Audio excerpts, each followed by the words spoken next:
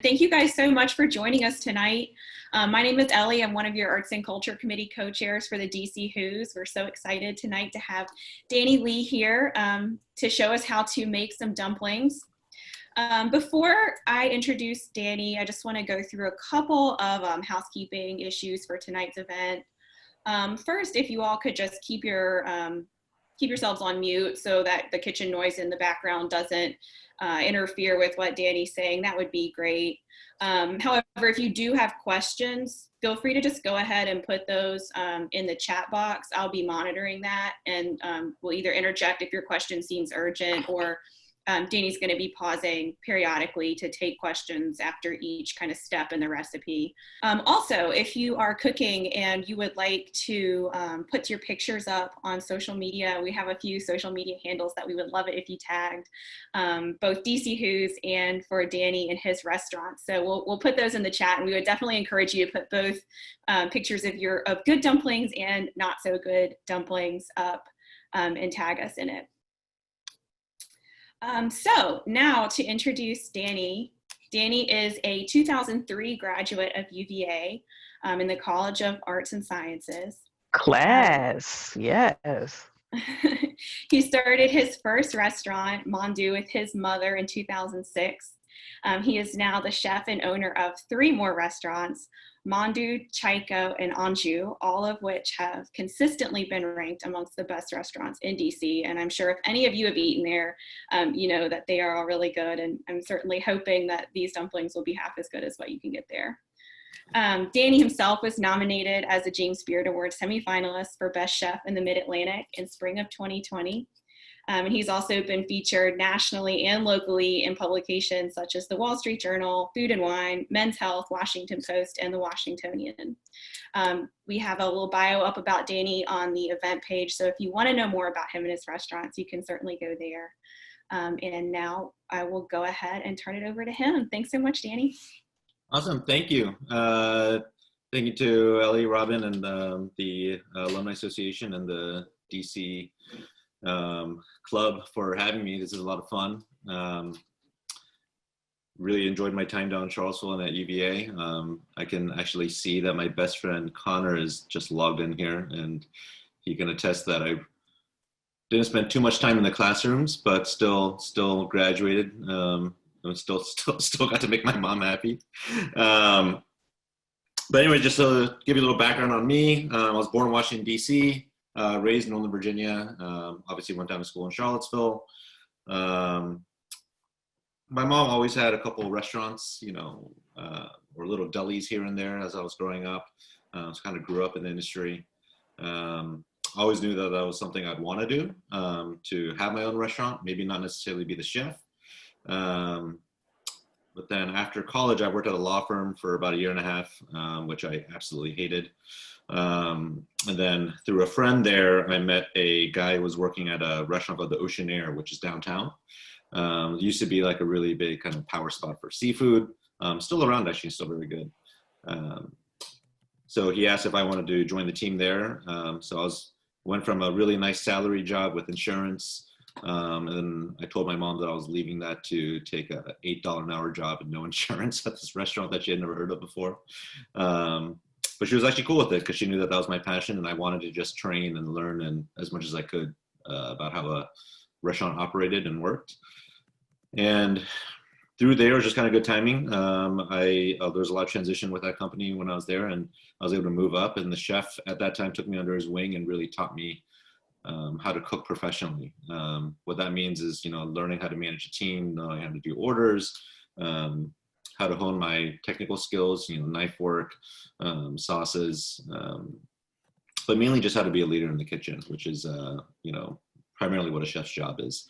And then my mom had a restaurant in Reagan at the time, which was Charlie Chiang Kwai, which is a small, even though we were Korean, she was operating a small kind of Chinese takeaway restaurant in the airport. And then her lease was running up, so my sister and I convinced her that it would be a good idea to open up our dream restaurant for her, which would be to showcase her family recipes growing up in Korea that her mom taught her and her grandmother taught her, and trying to show that to residents of the district, because up until then, there hadn't been really any full service Korean restaurant in DC, which is kind of shocking to hear because we're talking about 2006 here. So we found a space right south of Adams Morgan on 18th Street and decided to open up Mandu. The first 6 months were really tough. My mom and I fought every day. One of us walked out of the restaurant almost on a daily basis.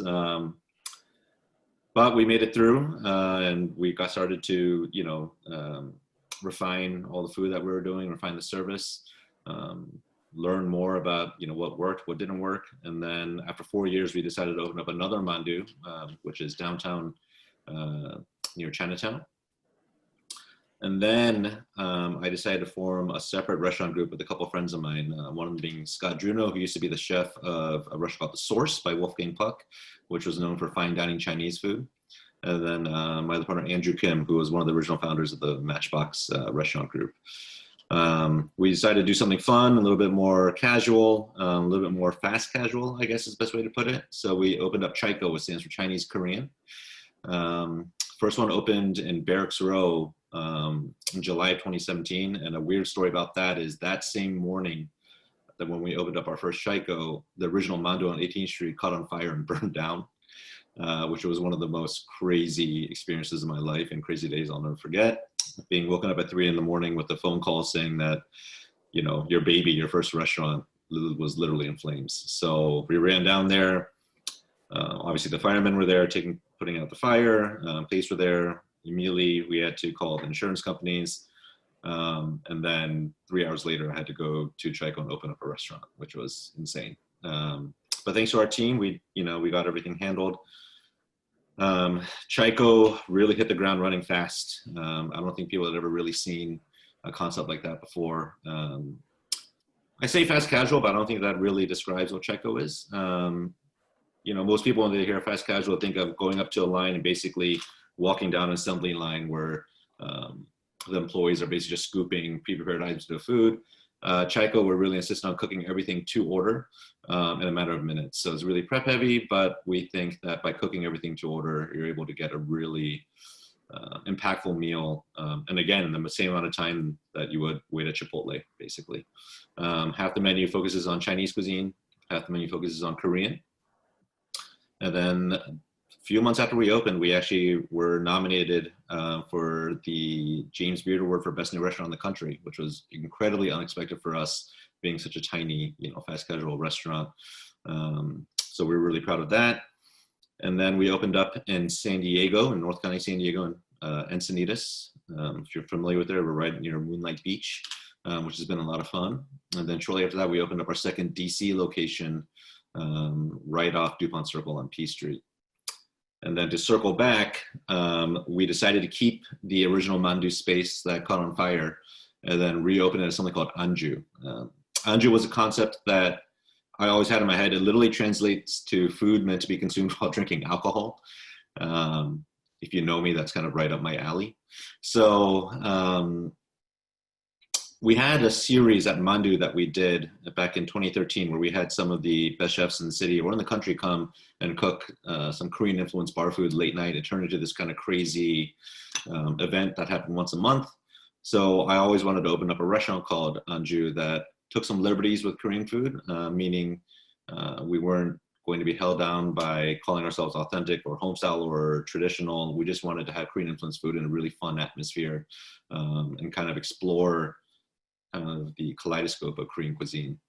And we opened that 2 years after the fire. So in August of 2019, we opened up Anju. We were immediately very busy. We were fortunate enough to be ranked #1 by the Washingtonian in their Best 100 issue, which was very unexpected. Usually it's a really fine dining tasting menu that, costs $500 a person, where we served a kimchi hot dog. So it was really unexpected for us to get that. And then we had all this momentum going, and then the pandemic hit, where 6 months into a restaurant opening, we basically had to shut down and go straight into takeout and delivery services we had never done before at that restaurant.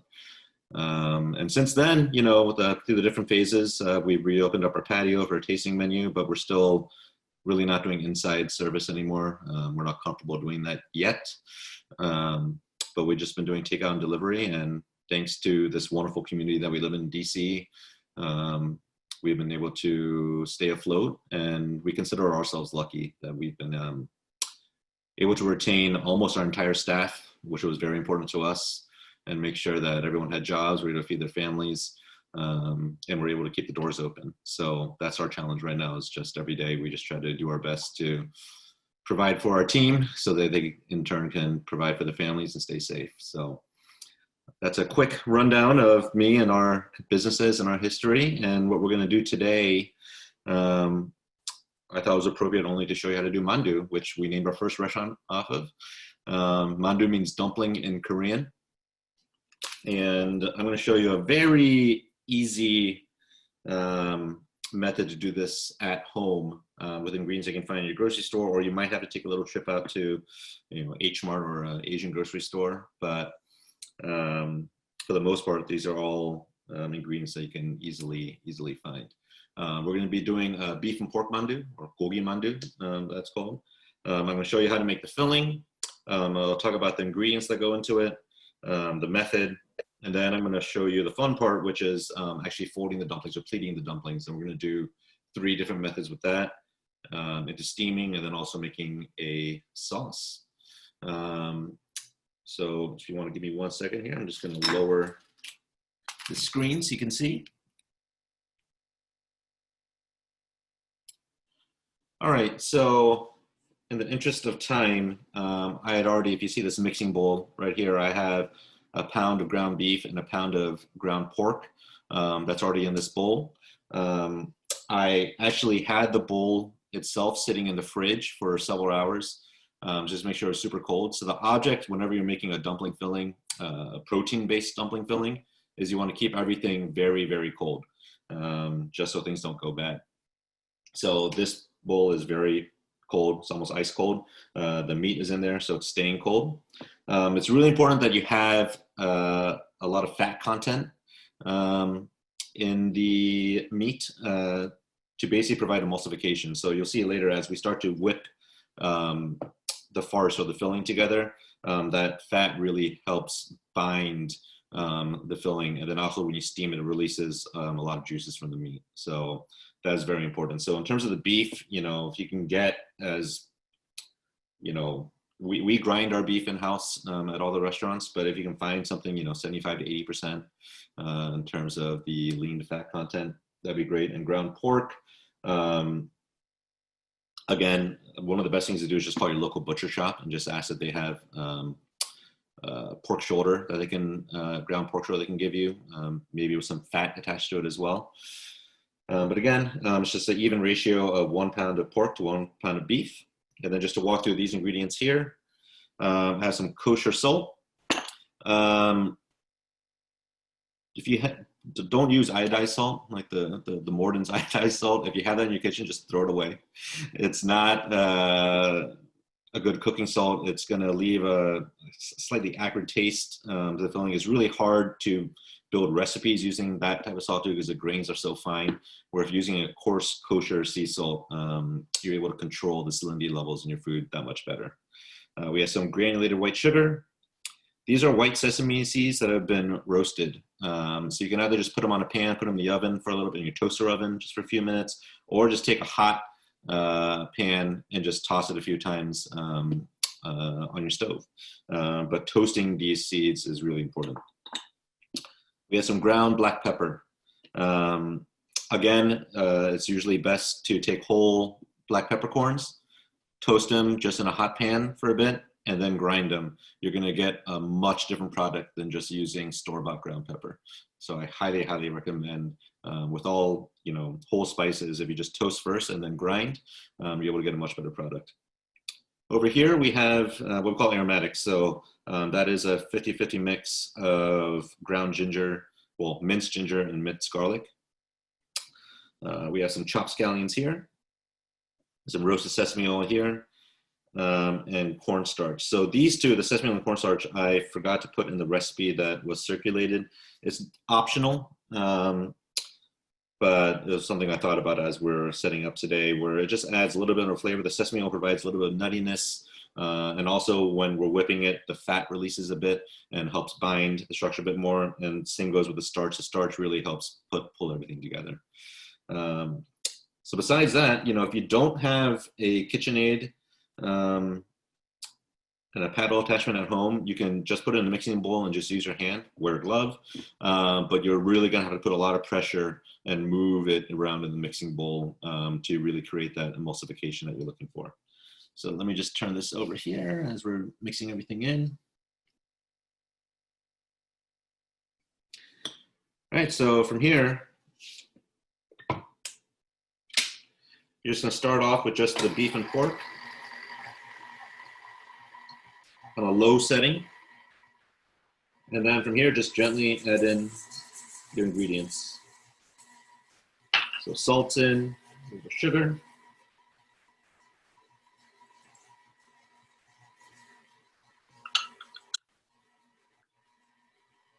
Black pepper.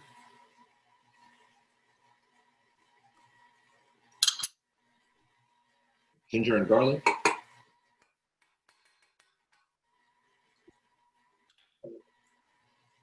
Scallions.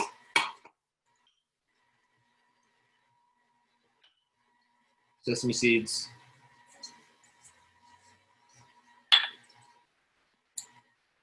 Cornstarch.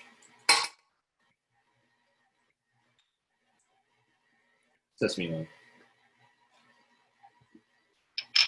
Hey, Danny, could you repeat the quantities of the sesame oil and cornstarch? Sure. Sesame oil was just about 2 teaspoons. And the cornstarch was 1 teaspoon.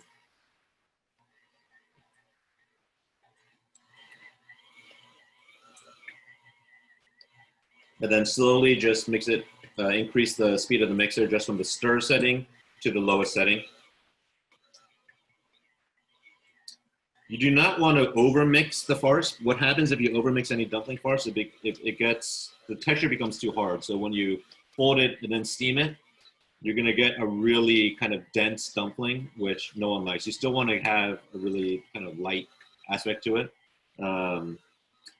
So you just want to make sure that everything's mixed. And then you're going to kind of look in and tell when that emulsification happens. You can see a lot of the fat release and kind of coat the bowl, which we're kind of there right now. So I'll do my best to show you.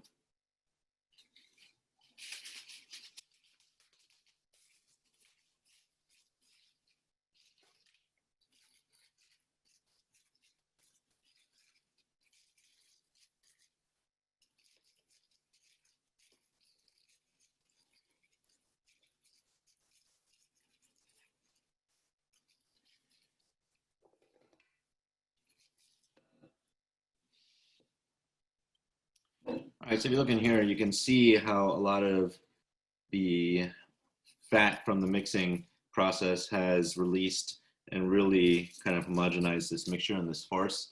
And you can basically tell on the sides of the bowl too, it's become a bit sticky, but you can just see that thin layer of fat kind of encompassing the bowl, which is what you want to see. And that's when you know you've mixed it enough, you've emulsified the farce, and then you're ready to go. Since this recipe has been tested out, I'm not going to test it because I know how it's going to taste.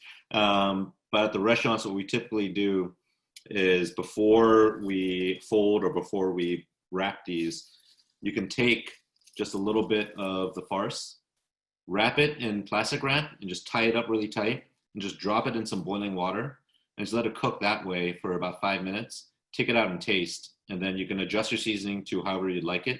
Again, this is just a base recipe. You know, you can use this as a base and then add on, you can add in soy sauce if you'd like. You can change the ratio of sugar, change the ratio of salt. But again, a good method is just to take a little bowl of the farce, wrap it in plastic and boil it. And the reason you do that is so that you're gonna get the pure flavor of the farce. If you had basically formed a little patty and grilled it, just about that sheer cooking method of searing off the farce, you're gonna have a different flavor than what ultimately is gonna happen when you steam the dumpling.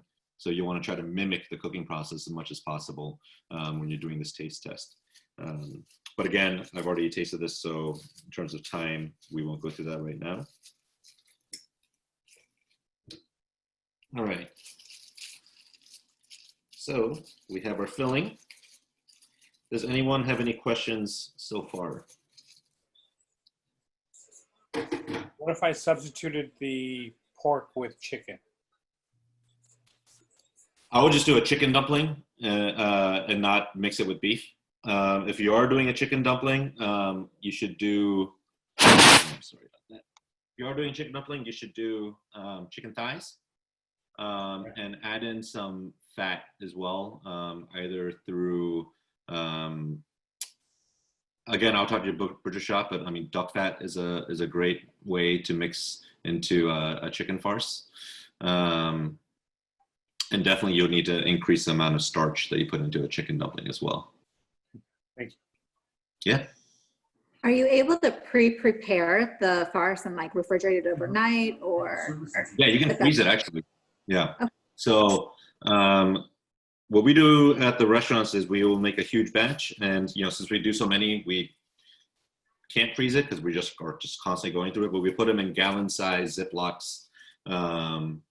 Secure them really tightly, and then just keep them in the fridge from doing it. Honestly, if you make this and then seal and refrigerate, you can have it sit for about 3 days, I would say, max.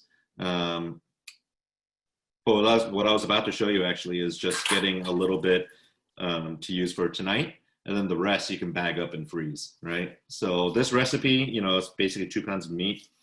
Depending on what fold you're doing and how tightly or how much you stuff each dumpling with, you're probably going to get at least 50 or so dumplings out of this batch. So that's a lot. So I'll just cut it in half and then get a Ziploc bag and just freeze it. And then if you're thinking about making dumplings again, on whatever day, just take it out the day before and just keep it in the fridge for a full 24 hours and just let it slowly thaw in the fridge, and it'll be ready to go. Danny, we had a couple questions come in the chat. One, do you have a good recommendation for how to make this a vegetarian option? Yes, that's something that any chef who makes dumplings is always working on, like the perfect vegetarian dumpling, because it's really hard to mimic the emulsification that becomes from meat. But for vegetarian dumplings, there are a few things. So shiitake mushrooms are great to use as a ingredient for a vegetable dumpling. So you would take shiitake mushrooms, poach them, so basically boil them for at least an hour, take them out, and then you kind of put them in a food processor to grind them down, or just really carefully use a knife and chop them down to really, really fine pieces. And that provides, mimics a protein farce. And then you would add, some vegetables, coming into fall here, using some type of roasted squash is usually a great way to make a really nice, impactful vegetable dumpling. Blanched spinach or pea shoots are a great vegetable dumpling filler. If anyone's familiar with Impossible Meat or Beyond Meat, that's something we started to experiment with. At Anju, actually, our chef Angel there just put on the menu there an Impossible Meat called Wang Mandu, which means King Mandu. They're gigantic dumplings where the farce was impossible meat. And if you're not familiar with impossible meat, it's basically it looks just like ground beef, but it's all plant-based. It's crazy, and there's a lot of science behind it, which is why I was hesitant to really get into it, but it's been around for so long now I feel pretty safe with it. So impossible meat is another opportunity where you could use that for. I think you can find that at most grocery stores now too, either Impossible Meat or Beyond Meat. There's also another product you could use called TVP, which stands for Textured Vegetable Protein, where it looks like little grains, and then you hydrate it either in water or some type of stock. And that is a great way to have a vegetable substitute for a dumpling farce. We had a couple more questions. I think a lot of them had to do with how the actual mixing was done. So could you kind of just describe that again? How long it should be mixed, and if you're doing it by hand, how that might alter how long and how, I guess, aggressively. Sure. So if you have a stand mixer, I just had it on the lowest setting, basically just on the stir setting, as I was adding in all the ingredients. So, you know, that was probably on that setting for about 90 seconds. And then I switched it up to the next setting, which on the KitchenAid is 2, but basically low. And then just watched it. But honestly, for this amount of filling, you don't need that much of time. I would say about 2.5 minutes after the last ingredient's been added in. So probably a total of 4 to 5 minutes. But again, you just want to keep an eye on everything because again, the danger is over mixing it, which again creates a very dense and hard filling. So if you over mix it, you're going to end up with it'll still taste okay, but the texture will just be very off. If you're hand mixing in a bowl, it's definitely going to take a lot more time. You're going to have to put a lot of pressure as you're spinning around the bowl so that you can create that emulsification so to help the fat release.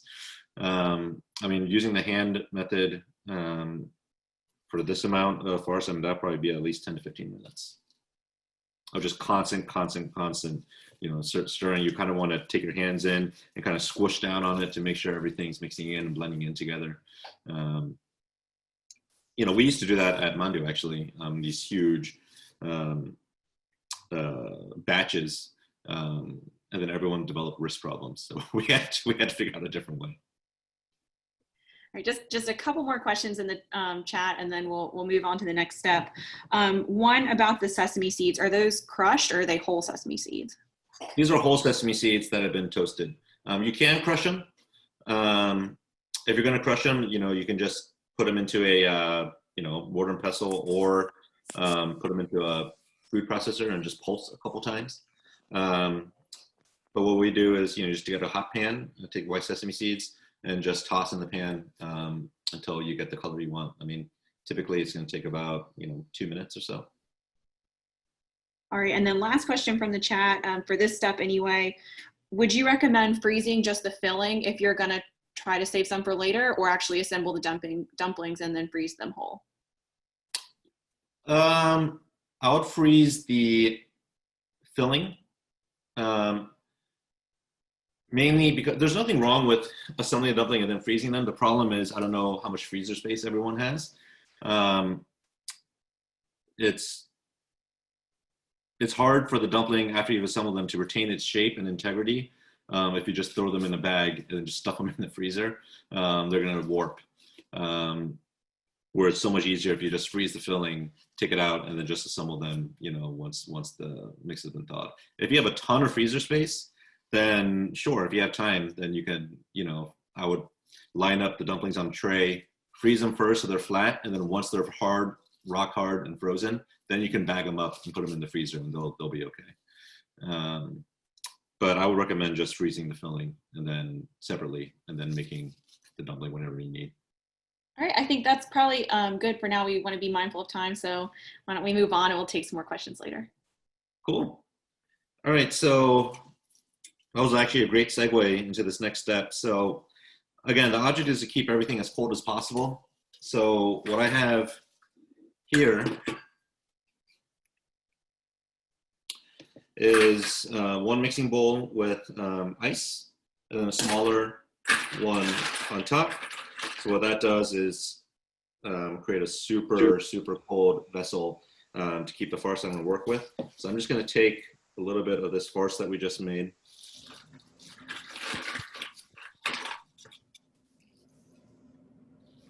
Put in this bowl. And then you don't really have to worry about the filling getting too warm or spoiling, because it's in a very ice cold bowl as you're moving along and folding dumplings, because folding dumplings does take some time. And if you're doing, you know, let's say 50 for a party, if you just have this at room temp, you're running into some major food safety issues there.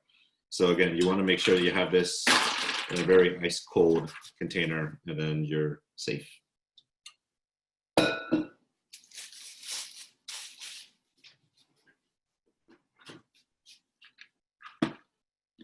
Okay, let's talk about wrappers.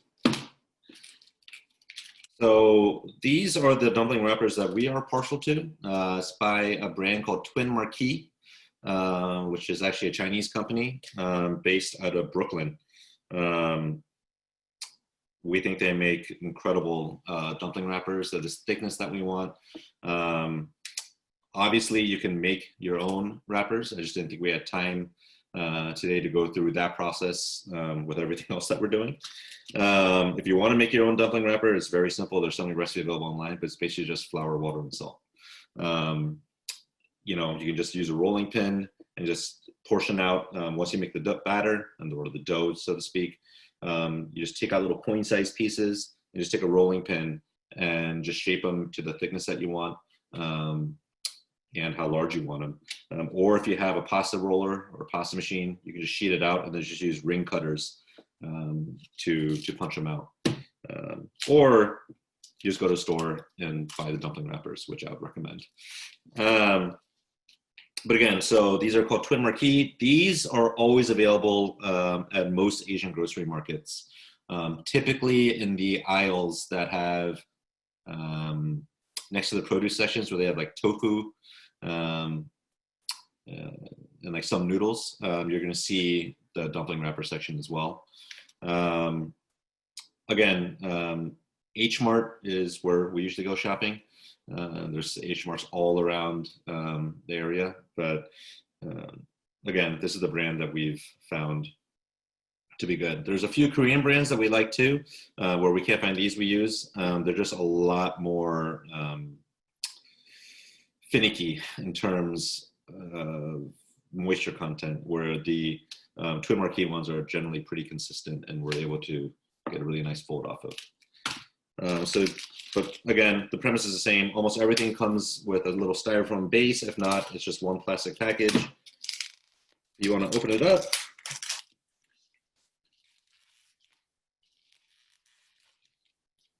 And then from here, what I like to do is I prepare just like a damp paper towel. And anytime you're not using these, you just lay them on top.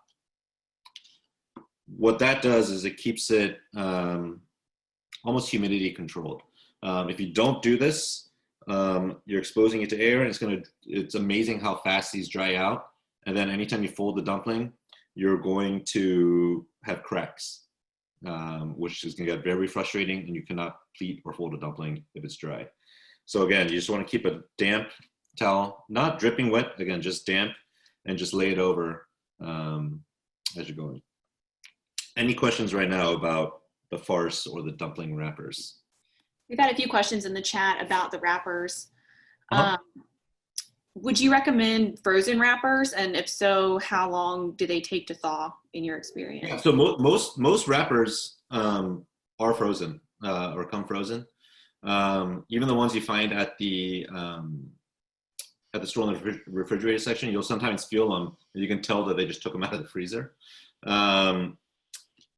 Again, I would just take them out the day before and just put them into the refrigerator. And then what I would do is I would take them out and just sit them on your countertop an hour before you're about to start folding.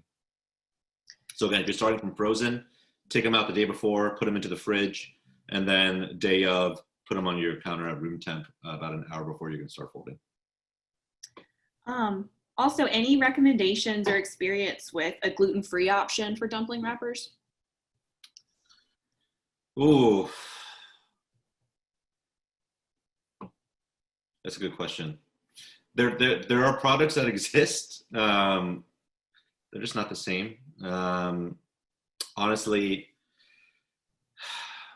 you know, you can use rice paper. It's really finicky and it doesn't really fry up, so you can only steam them. I mean, that's probably the main thing that you could do is just get you know, if you're talking about like spring rolls that in Vietnamese cooking where they have the clear rice wrapper, those are gluten-free because it's rice-based and tapioca-based. I'm sorry, just rice-based. You know, you can buy gluten-free flour from, you know, any grocery store and try to make your own skin that way as well. All right, and last question about wrappers from the chat. Do you have any specific techniques for square wrappers? And maybe that's preempting what we're getting into next, but if you buy them square. Yeah, so square wrappers, I prefer using circular wrappers or the circular shaped dumplings. I think it's more versatile in terms of how you can fold and pleat.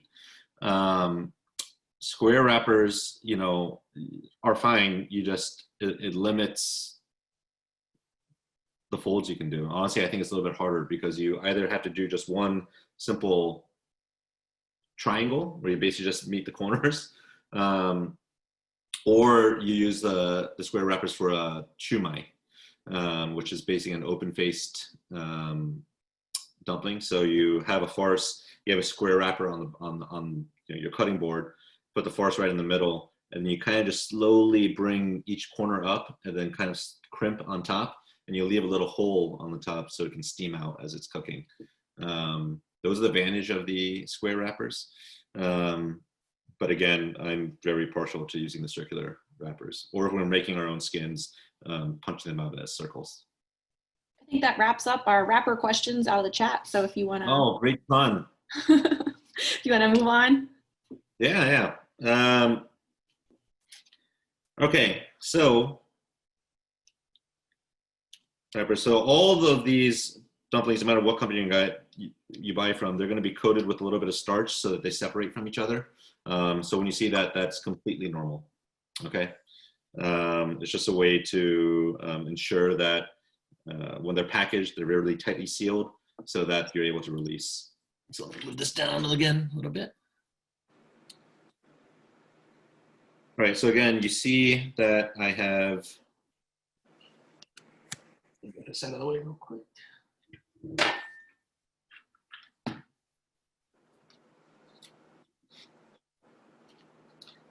One other important step here that you want to have set up is just a little container of water. The water is to dip your finger in and to run around the dumpling to help seal. Some people use an egg wash and a brush, but Korean dumplings, typically you just use water to seal around the edge of the dumpling. So the most basic fold is basically just making a half moon. I'll do that, but I think it's very self-explanatory. But the first step we're going to do is, again, just dip your finger in the water, and just slowly or carefully just run it around the outside. I'm going to have a spoon ready for the farce. For the half moon shape, it's important that as you're setting the farce inside the wrapper, that you're centering it and that you're having more of a dense area, concentrated area in the center, and then it slowly goes out almost like an oblong shape, because that's how it's going to fold.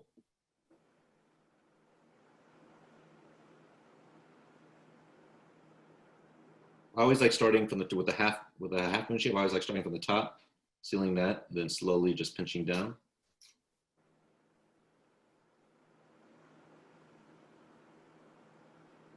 Again, that is your basic half moon fold. Regardless of which method you're going to do, and again, we're going to go through two more methods here. The object is to try to pack as much filling in the wrapper as possible without it exploding, obviously. And then also when you're pinching down, and I'll do this on accident so you can see, when you're pinching down, a lot of people have the habit of using their full thumb and their full index finger and putting too much pressure on. What that does is you're actually stretching the wrapper, which is harming the integrity of the actual wrapper, number one, but also you're disrupting the ratio of wrapper to filling. So when you steam it, you're gonna end up with just a ton of just loose wrapper on the end that's gonna cook and then dry up. And then when you eat it, that's actually gonna get really hard easily.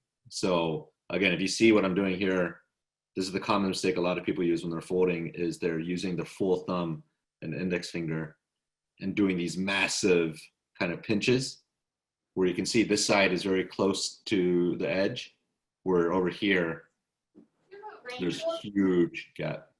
All right, so again, that's the half moon. Oh, one more trick actually is before you start folding, especially if you're gonna do a ton, it's usually good to have a tray with some parchment paper lined.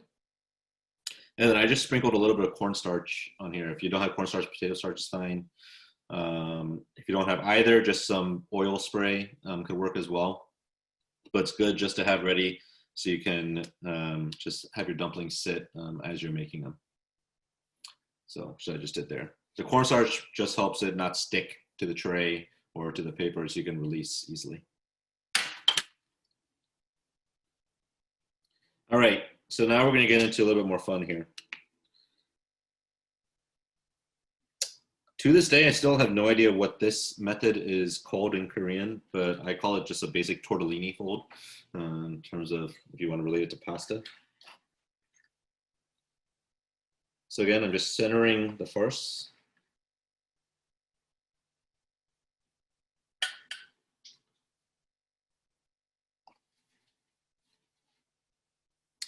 Okay, and again, you saw me dip my finger in the water, go around. So with this fold, again, you're gonna start off with the half moon. Actually, it's a little light on the farce. It's gonna take you a little bit of trial and error to figure out how much filling you're comfortable with in the dumpling, but you'll get there. So again, we're just gonna seal out the dumpling first. Just a basic half moon that we're starting off with. Now, you're gonna wet both sides of each end. And then what I'm gonna do from here is I'm holding it basically parallel to the surface that I'm working on. And then I'm gonna fold out away from me and then connect the ends and then pinch and then run around quickly to form a little lid. And then you get a really nice dumpling, this is one of the more common dumpling shapes that you'll see. The reason for folding out is it creates a denser filling where there's minimal wrapper hanging around the outside. But you do want a little bit of ledge. One of the reasons behind that as well, it's nice to pour a little bit of sauce on. It collects a little bit of sauce. So when you're eating the dumpling, you know, it just is a little vessel for that sauce to rest in. I'm gonna do this one more time slowly so you can see.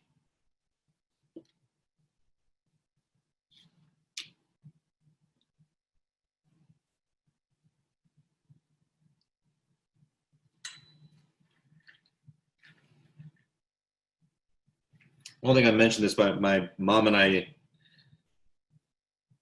argue a lot about food. One of the reasons why I started my own restaurant company. But her skills at folding dumplings are unmatchable. I mean, she can pleat maybe 100 dumplings in 10 minutes. I mean, it's unbelievable to watch her work. It's crazy. She has these tiny hands and she's, I don't know, I have no idea how she does it, but it's an amazing thing to see. And I'm really happy she doesn't know how to use Zoom because she can't watch this right now.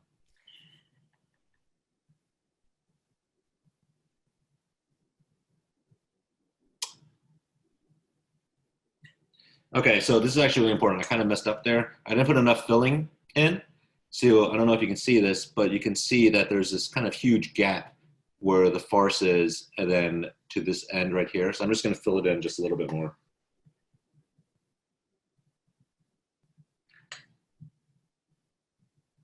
It feels a little dry already, so just a little bit more water.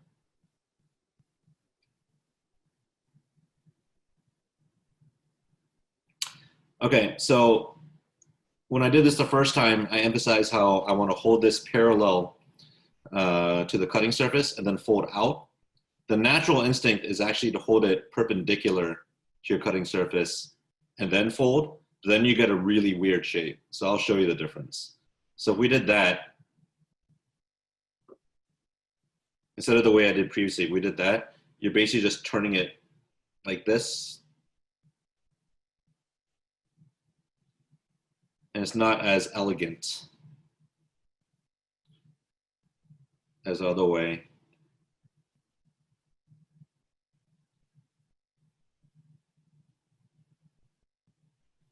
You know, it's close, but it's not as compact, it's not as dense, it's not as pretty as the other method. So again, I'll show you the other method again.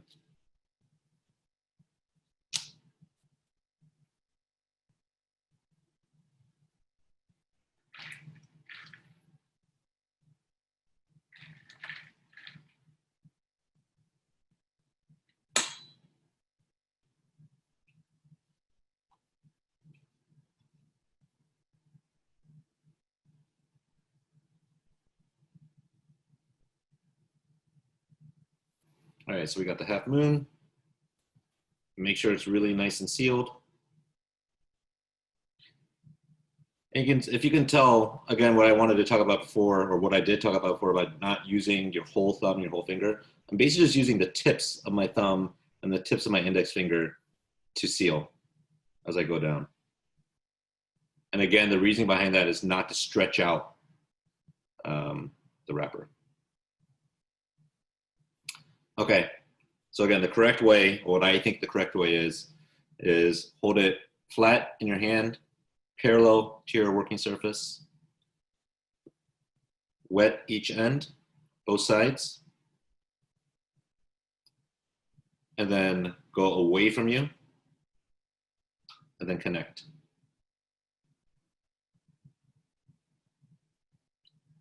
And then just spend just a second just to wrap around. Create that lip.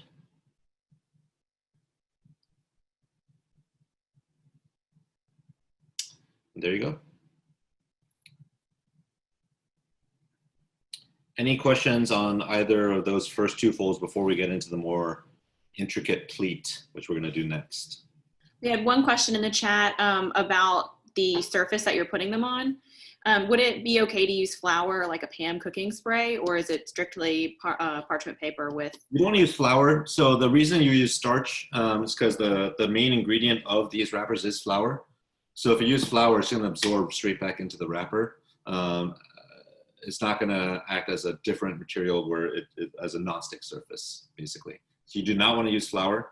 Again, if you want to use like pan, as a cooking spray on parchment paper, that's okay. That should work. But again, if it's starch, cornstarch is the best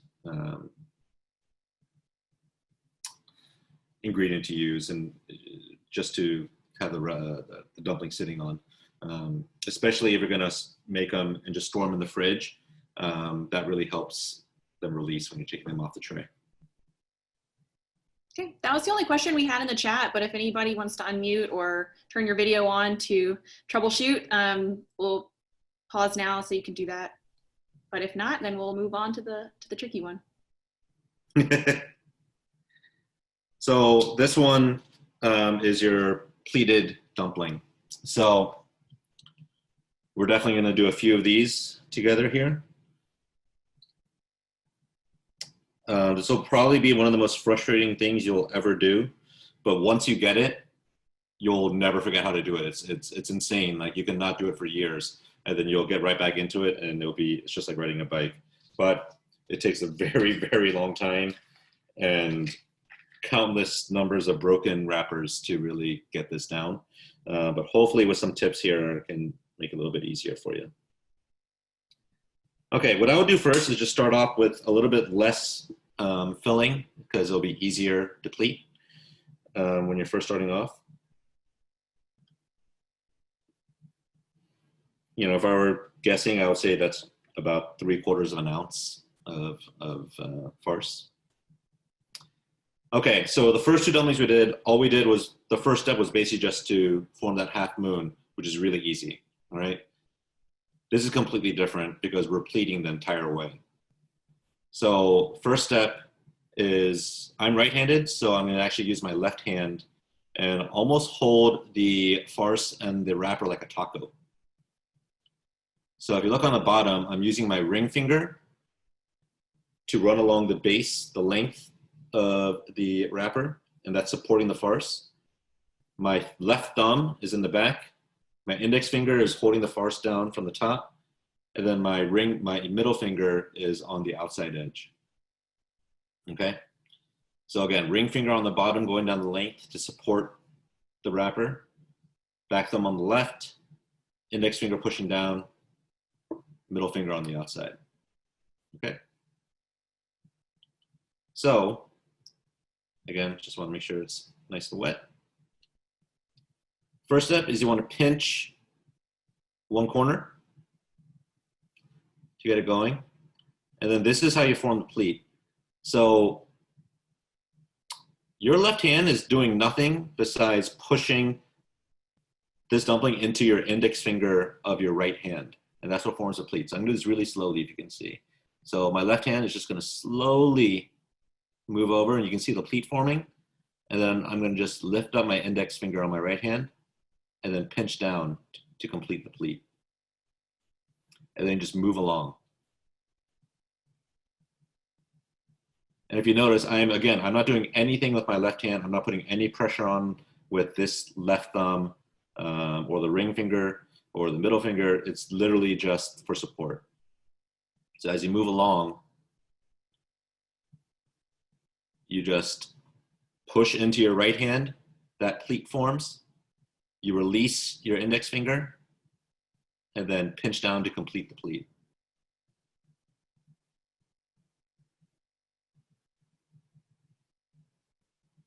And for right now, don't worry about the number of pleats. Just try to get a few in. And then afterwards, you tighten them up. But that is, you know, kind of your beginner's pleat. So I think we got 1, 2, 3, 4. We got about 8 pleats or so, which isn't bad. But I just want to talk about the theory first with that. So again, the most common mistake that you're going to make when you're starting out is that you feel like you need to pleat both sides. So if you look at this carefully, this was the back side that you couldn't see. That is perfectly flat. All of the pleats are just formed on that front side. What happens is that when you're pleating, you feel like you have to fold each side of the wrapper, and that's what creates this kind of weird shape. And what's going to happen is that when you steam them or boil them, they're just going to completely fall apart. So again, you just want to make sure that you're just pleating one side.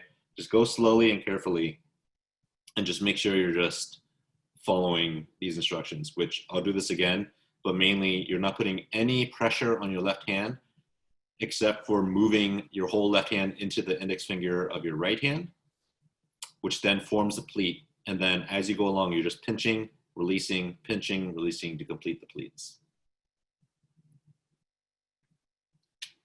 Before I do another one, I'm sure there are probably some questions with that. There's actually only one question in the chat, which has to do with air that might be trapped in the dumpling. Do you have to worry about that? Should you try to remove air, or it would? Yeah.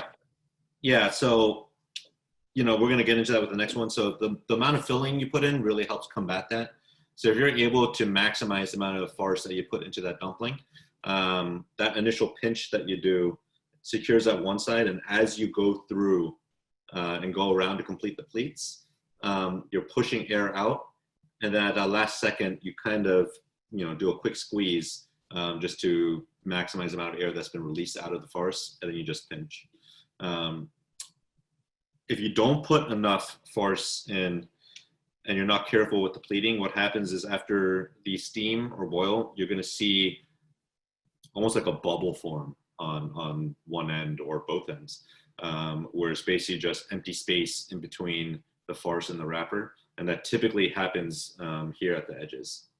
And most likely, honestly, it's probably gonna happen with this one because I just want to show you kind of like an easy way to start off.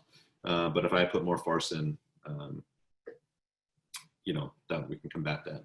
But again, we'll do at least a few more just so I can go through this process again. And again, I'm being very religious about keeping these underneath that damn towel. Even if it's just for like a minute, like the top ones are just gonna be useless. Like the sides are gonna crack. Once you start the pleat, you know, you're gonna start seeing, you're gonna encounter really hard wrappers that don't allow you to pleat. So again, just try to keep them as moist as possible.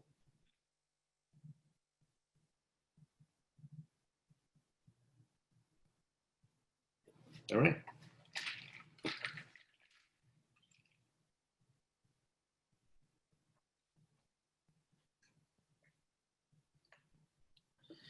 Also, one trick is, since I'm starting on this side with the first pinch, I like to actually slightly off-center the farce towards that side first, because as I'm gonna form the pleats, the filling is gonna naturally start pushing to the other side. So if I had it just directly centered, early on, you're gonna see some of this filling start to push out the other side, which you don't want. You wanna try to keep everything in.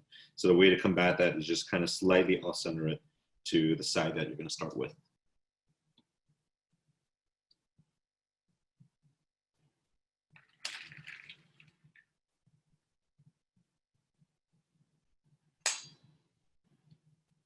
Okay.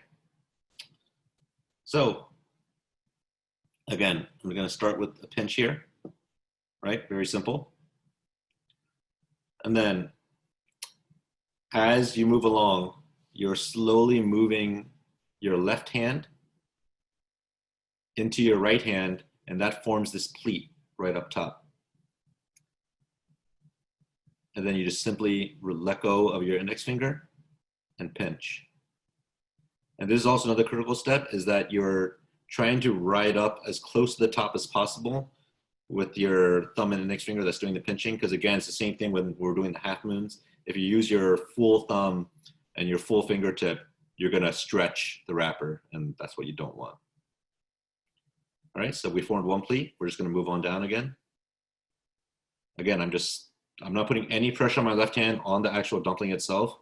I'm just slowly pushing into the index finger of my right hand, forming that natural pleat, releasing, pinching. And just doing that over and over.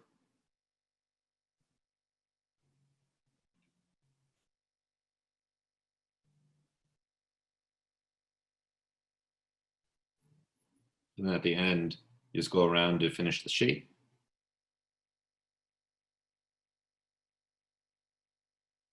And you have a nice pleated dumpling. And again, that's, as you're initially doing this, you just want to try to get like maybe 5 to 6 pleats. Don't worry about that. You just want to make sure you get the process down. Then you can move on to doing more. And then this next one I'm going to do, I'll show you what I'm talking about. So with this right now, you're seeing pretty wide pleats, pretty big pleats actually, just because the amount of space in between each one. The next one I'm going to do, you're going to see a lot more pleats, and you're going to see just smaller folds, which is ideal, and also presentation-wise just looks better.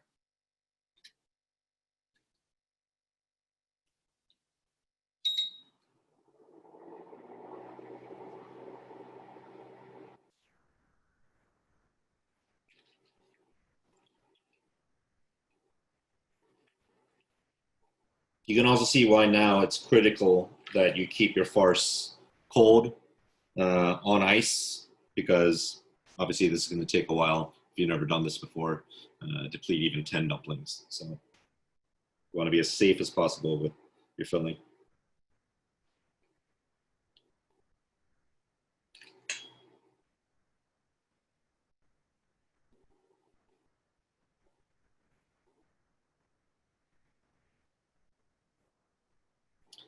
Okay, so again, I have my ring finger on the bottom, going down the length, supporting the dumpling.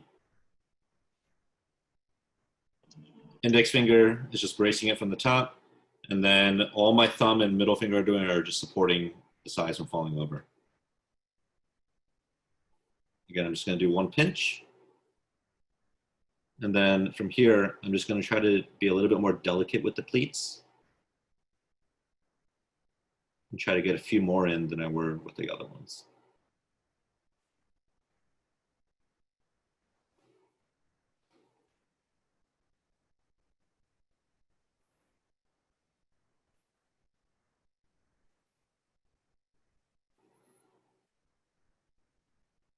If you can tell the difference between these two, obviously this one looks nicer. Also, you're able to get a much better shape, and you're able to get that for lack of a better term, that like plumpness that you're looking for, that expands from the lip of the dumpling. You want that kind of bulb to show afterwards. That's ideal.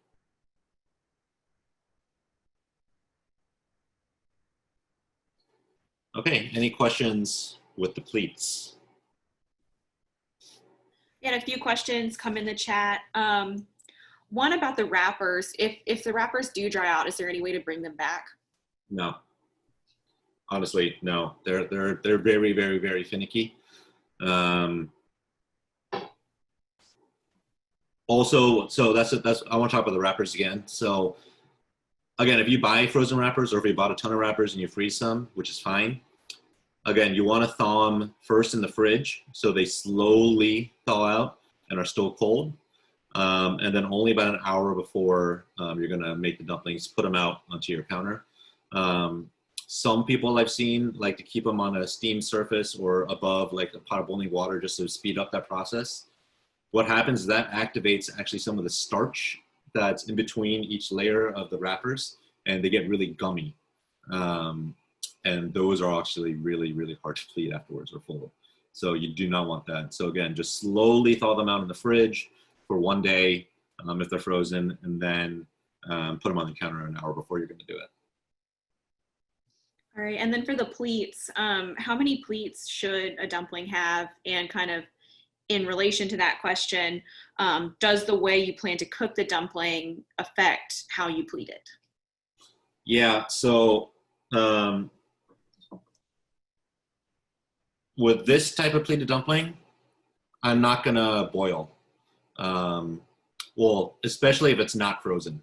If it's a fresh dumpling like this and pleated just like this, I'm gonna steam, mainly because I'm afraid that putting it in a hot, rapidly rolling boil would, it'll basically just disintegrate. That's the risk you're running. Whereas these ones, you could easily just throw in a pot of boiling water and they will boil easily. But yeah, boiling versus steaming, either way is fine. There's also another method. So I'm going to show you how to steam them today, actually. But there's actually another method where if you don't have a steamer and you don't want to boil them, you just take a pan. Easier to have if you have a nonstick pan.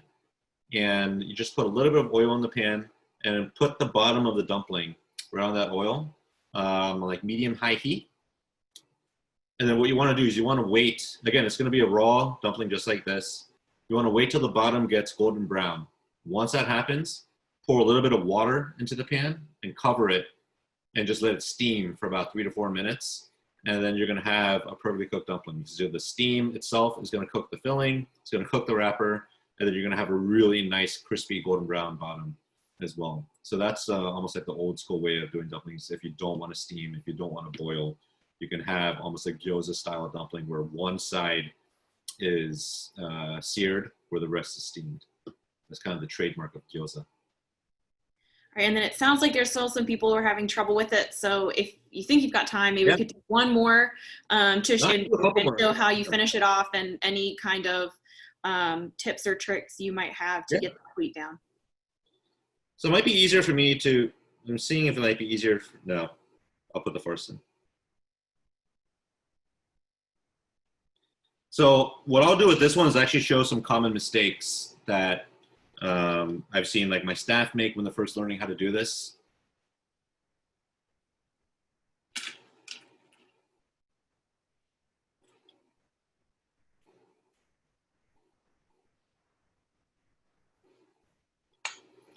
Okay. So one common mistake is, I mentioned before about how you're folding both sides.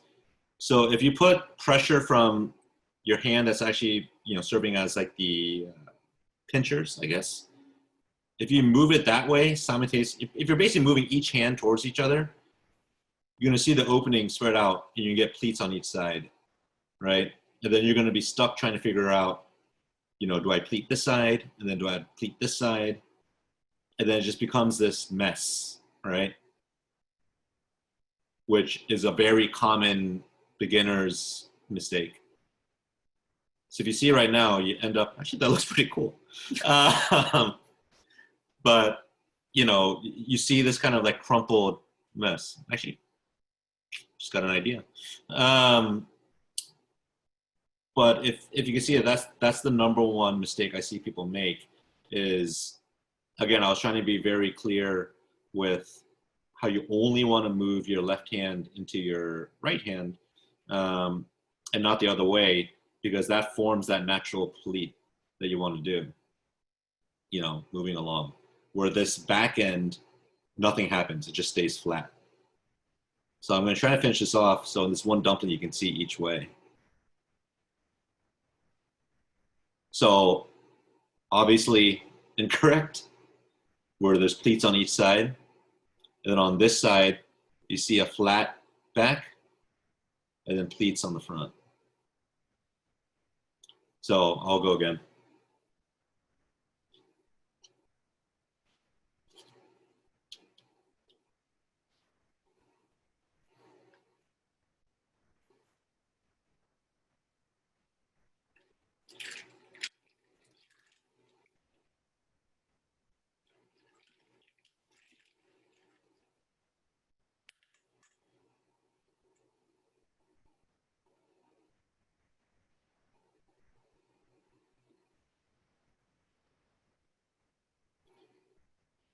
Okay. So again, it's all about the basics, and you want to set yourself up correctly from the beginning. So again, if you can see down under, I have my ring finger. That's just running straight down the length of the bottom of the wrapper. My thumb is just there for support. Same with my middle finger on this side. And my index finger is just helping to just push things along, okay? Start off by pinching one side, just secure it, and then immediately go into your pleat. So as you're pinching down, again, don't pinch too hard because you're gonna stretch, but as you're keeping your thumb and index finger there, slowly move your left hand into your right hand, and you're gonna see that top pleat form. Once you do, just slowly lift up your index finger while keeping your thumb in place and pinch. And that forms the pleat. And then you just move down as wide or as narrow as you want. Obviously the preference is to be as narrow as possible, so you're getting as many pleats. I think one question was, how many pleats should you have? You know, I would say a proper dumpling should have at minimum 12. You know, some of my staff, like my mom, they're able to do 20. It's just this ridiculous, you know, process. But, you know, I think you should be happy if you can get up to 12. So again, you're going to keep your fingers pinched, and then you're going to feel that pleat form on basically on your fingernail of your index finger.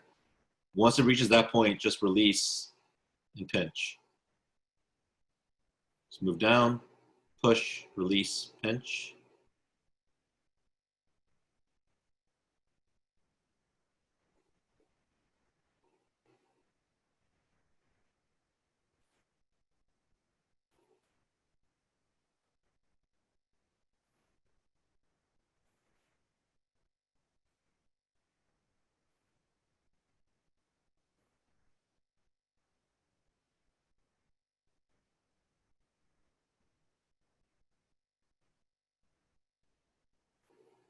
And then you're left with a nice pleated dumpling.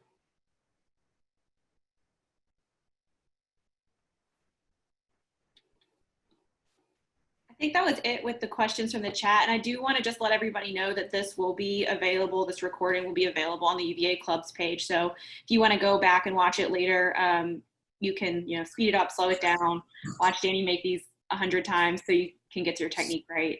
It may take a few days for it to be up there, but you can email the DC Who's and we'll be sure and get you the link. All right, so what I'm going to do is I'm just going to move some equipment here real quick, show you how to steam.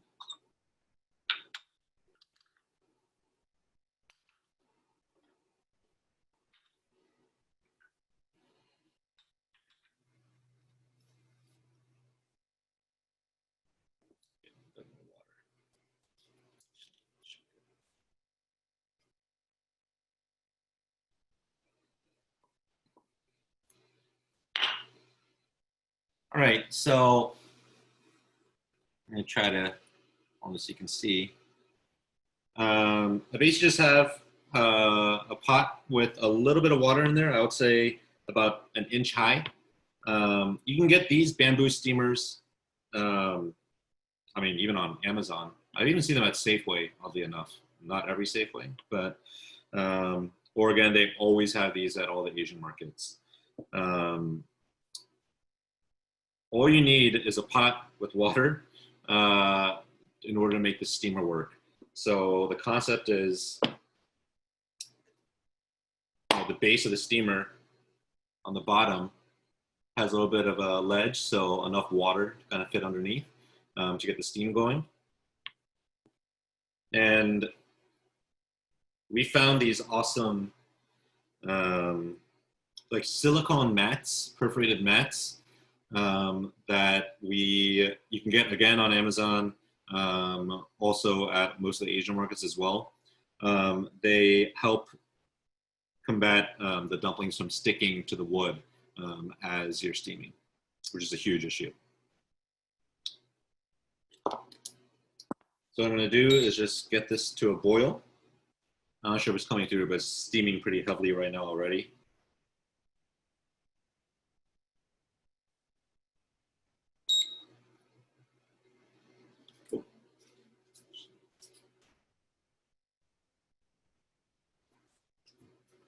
And one extra step you can make is just use a little bit of cooking spray and just spray it right onto that pad.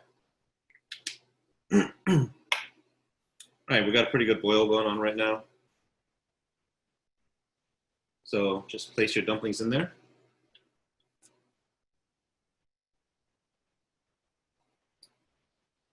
You don't want to overcrowd it. You want to make sure that everything is separated just a little bit so that they don't stick to each other. Put the lid on.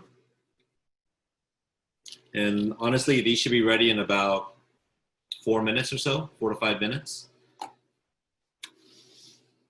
If you're boiling dumplings, instead of timing, the easiest way to tell if dumplings are done is they'll float to the top and they'll kind of spin around on its own. So that's kind of the best way to tell if you're boiling dumplings, if they're done. They'll just naturally float up to the top, and once you start seeing them roll over and over and over, they're done, and you just take them out. All right, while those are steaming, I'm going to show you how to make a quick dumpling sauce. That'll be very tasty. So, all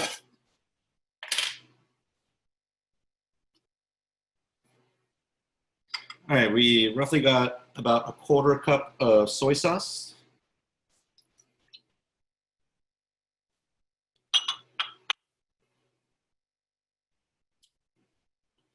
About a 1/4 cup of distilled white vinegar. Don't use a vinegar that's more than 5%. Get 5% or 4% distilled white vinegar. Anything else would be way too harsh.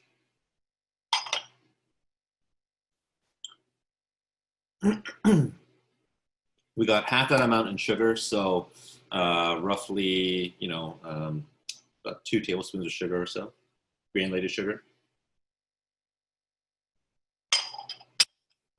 And this is optional. I mean, this could be fine on its own, but an optional step is to use some type of veggie stock.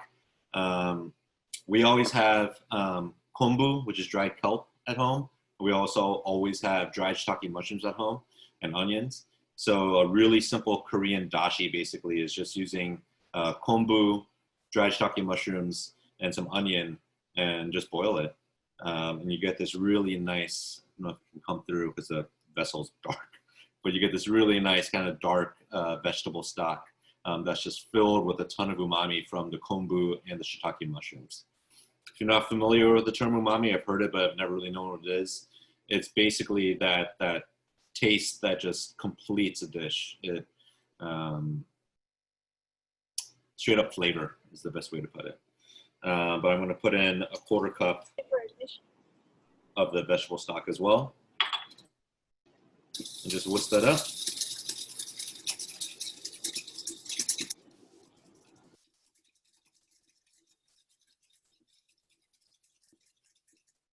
And again, everything's about balance. So you're getting the salinity from the soy sauce. You're also getting a lot of natural umami from the soy sauce due to the fermentation. You're getting the acid from the white vinegar. You're getting sweetness from the sugar, and then you're getting a lot of richness and balance from the stock. But if you're in a bind, you're just trying to remember something. Whatever amount of soy sauce you put in, you want to put the same amount of vinegar in because you want that acid to balance out the salinity from the soy sauce. And then you just want to use half of the amount that you use for either soy or vinegar or sugar just to balance out the sweetness even more.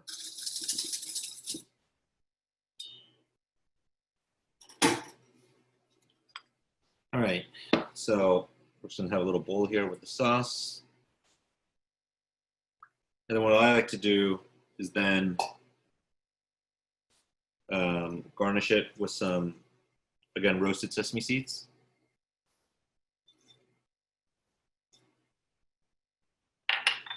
And chopped scallions.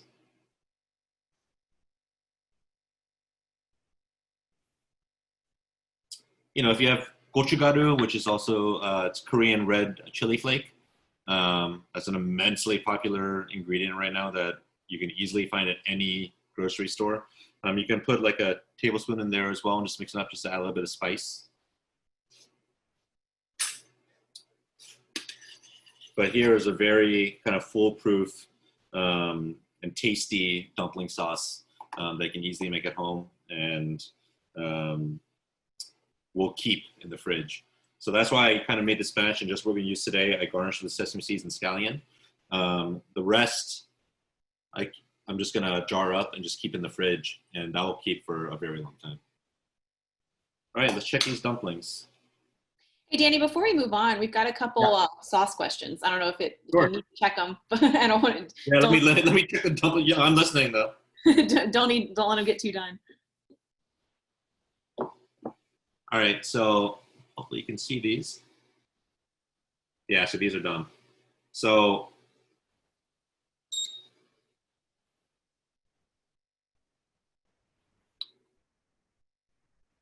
you can even tell through the wrapper that the farce has cooked. It's not red anymore. It's turned on the color of basically cooked ground meat. The skin or the wrapper itself has a really nice texture to it. You can tell these are underdone really, really quickly with the wrapper because they'll be gummy. So again, that's a really easy trick at home is if you're steaming dumplings and you take off the lid and you can just tell by sight that they're very pasty and gummy, they're not ready yet. But these are definitely ready. So I'm gonna pull these out.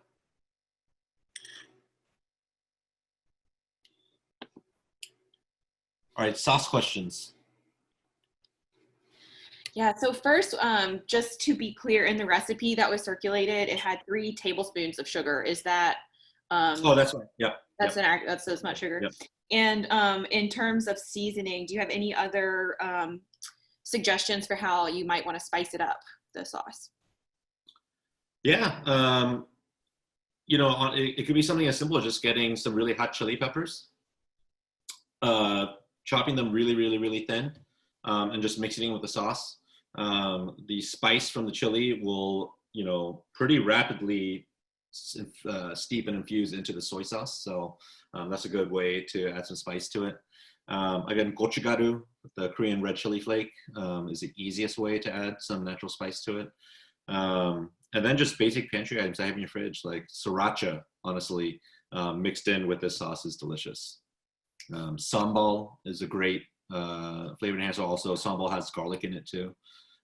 So that's a great way to kind of spice up this sauce. So this sauce is actually really versatile. You know, we primarily use it for dumplings, but you can also use it if you're making a soup at home or noodle soup. If you have this on hand, you just do a little tablespoon at the end, and it's a really good way to just complete a dish. Just give it that like extra bit of flavor that you're looking for. So we typically have some type of version of this sauce in our fridge at all times, not just for dumplings, but just for a general seasoning. All right, that was I think that was all the sauce questions. We have a couple steaming and cooking questions. Yeah. in the recipe, I think it was designed to boil and fry. And what was the reason for boiling the dumplings before putting them in the pan? Yeah, so number one, just to ensure that you're fully cooking the dumpling. You know, the pan method is something that you really need to spend some time on to perfect. Boiling is a lot easier, or steaming for that matter. You're also able to do larger batches. So if you have, let's say, 12 dumplings ready to go, you can boil or steam all 12, hold, and then, you know, if you want to sear some off, you know, sear 6 at a time or so, so they're ready to go. The pan method, you're limited by the space of the pan pretty much from the raw dumpling being placed in there. You know, so if you have a small pan, you know, so you can only fit 5 in there. You know, it takes a long time doing that because you're searing and then steaming inside that same vessel. So in order to do, you know, if you have a party where you have, you know, you're trying to make 50 dumplings, you know, for your guests, that's going to take a lot of time just doing 5 dumplings at a time. Where if you can batch them out and boil, let's say 15 at a time, and then sear off, and as those are searing, you put in the next batch into the steamer or into the pot of boiling water, you're able to really keep up and keep things moving. I will say this though, if you're steaming or boiling dumplings and then putting them into a fry pan, you want to make sure that you just let these rest a bit to let some of the residual moisture from the exterior of the dumpling drip off. Because you want to have oil in a pan, you want a really hot pan to sear off the dumpling. If you take them straight from the boiling water or straight in the steamer and just throw them onto the pan, it's going to flame up because water and hot oil is immediate fire, and that ruins the oil. You're also going to get scared because it's really going to kind of fireball. But it ruins the oil, and you're going to get, instead of a really nice golden brown color in your dumplings, you're going to have just charred black specks everywhere. That actually raises another question in the chat, which is it okay to steam 2 levels of dumplings at once if you're trying to do a lot of them? Yeah, definitely. But what you want to do is the bottom layer is going to cook faster than the top layer, mainly because obviously it's close to the steam, but it's also absorbing the majority of the steam before it even reaches the layer on top. So we do that all the time at the restaurants. You just want to pull that bottom layer off first and then move the top layer down for an extra minute or 2 afterwards. But yeah, that is totally fine to do. Great. I think that was all from the chat, unless anybody has anything else. Okay, so, you know, in terms of just presentation, again, you know, it's personal preference. You know, I personally like just dumplings straight out of the steamer.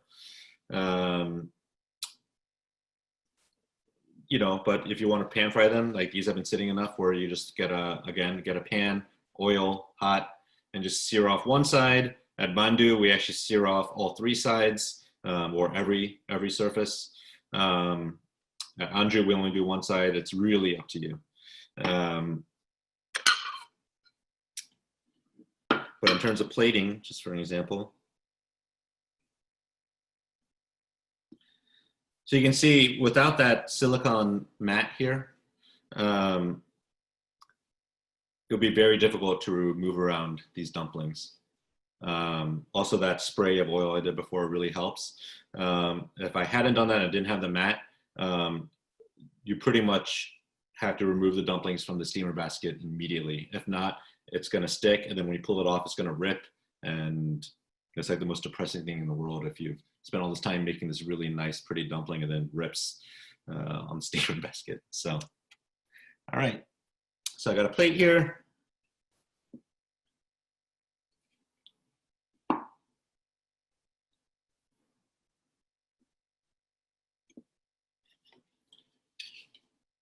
And you're gonna serve the sauce on the side. I like having the sauce right on the dumpling, and that's the advantage of both of these styles of folds, is that the pleats will actually catch some of the sauce and the sesame seeds and the scallion, and then obviously with these round ones, that lip on the top of each one is gonna catch some of the sauce as well.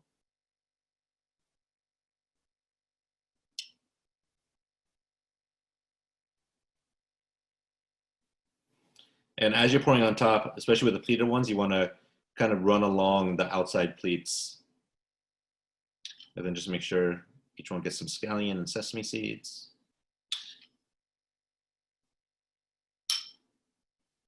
If you want to add spice, now is also the right time. Again, there's gochugaru, the Korean red chili flake.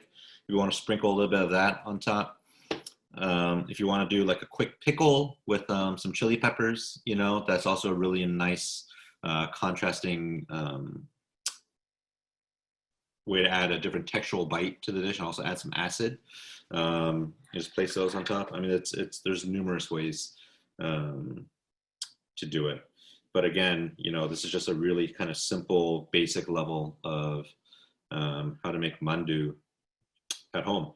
And again, if you don't have these steamer baskets, it's fine. If you have like a double boiler, you could steam in the double boiler. I would just, again, just spray the perforated pot with a little bit of oil before you place the dumplings on. That should work totally fine. Or just boil them in a pot of water. Or you can just Google the pan method. I mean, the pan method is a lot of fun. You feel like a badass, honestly, when you're doing it. It comes out like it looks beautiful, but just takes a long time. So, any questions? We had a couple questions come in, kind of troubleshooting. One, if your steamed dumplings are kind of hard around the edges, what went wrong? If your steamed dumplings are hard around the edges. And I think, Lauren, that question was coming from you. So if you want to turn on your video and show Danny what happened, you can do that. Putting her on the spot. No, that's fine. I'm actually nursing my son, so I'm not going to go on video. I think she just, Put you on the spot. Just wanted to give you the option if you wanted to. I guess it's just a little bit hard on just the very edge. I mean, it tastes great. I just didn't know how they're meant to. Yeah, I think there's could be two things. Number one, it's most likely it's too much. I think you pinched too hard on the top, which you had too much of a too thick of a layer up top of the wrapper. So again, when these steam, you only want just, you know, a very small layer of that wrapper up top that's pleated. If it's anything more than that, it's just basically just raw dough that's steaming up, and that's why it gets hard. So that's why you want just the minimal amount as possible, like when you're floating up top. Does that make sense? Yeah, it sounds like I should have put a little bit more filling in there and less Yeah. folds. Okay, got it. Thank you. And another way to combat that is, again, you know, these are fairly uniform sizes no matter what brand you buy. At the depending on which restaurant that I'm at, we actually cut them down into smaller pieces. So if I can show you. So we have ring cutters, you know, where we just place on, but even if you don't have ring cutters, you can even use, I'm trying to see if I have something here. You know, like something like this, you can just kind of make a smaller dumpling.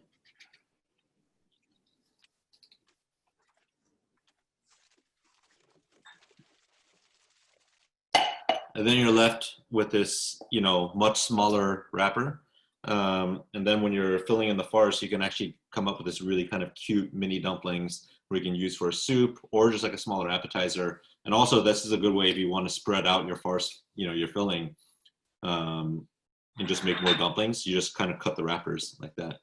And then for no waste, you can actually save the trim that you use and fry them in hot oil in a pot and use that as a garnish for a soup.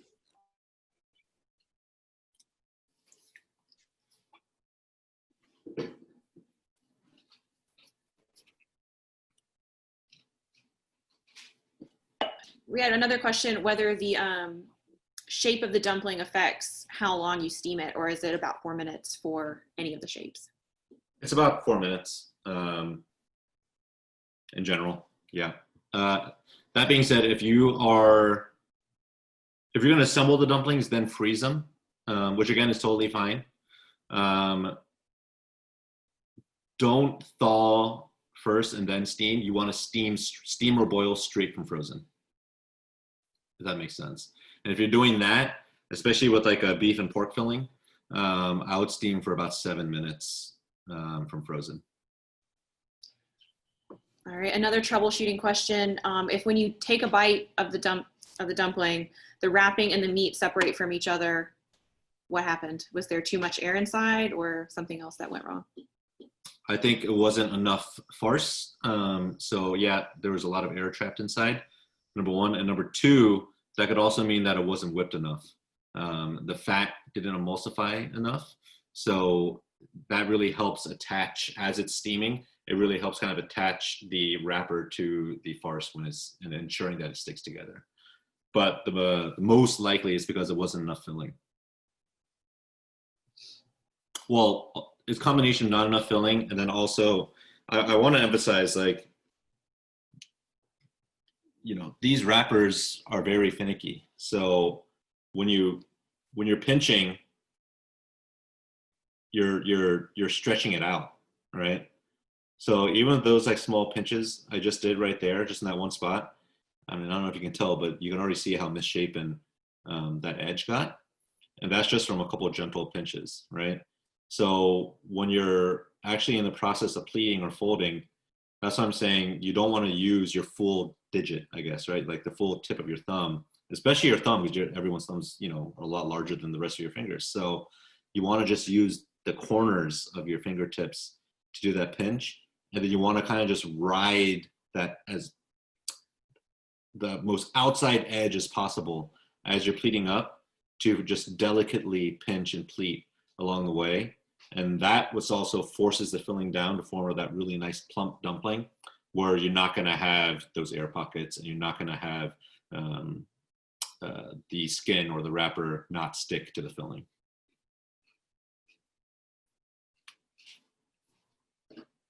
So that's all we have in the chat, and I think we're running a little bit over on time. So unless anybody else has anything super pressing, I think maybe we'll call it a wrap. But thank you so much, Danny. That was great.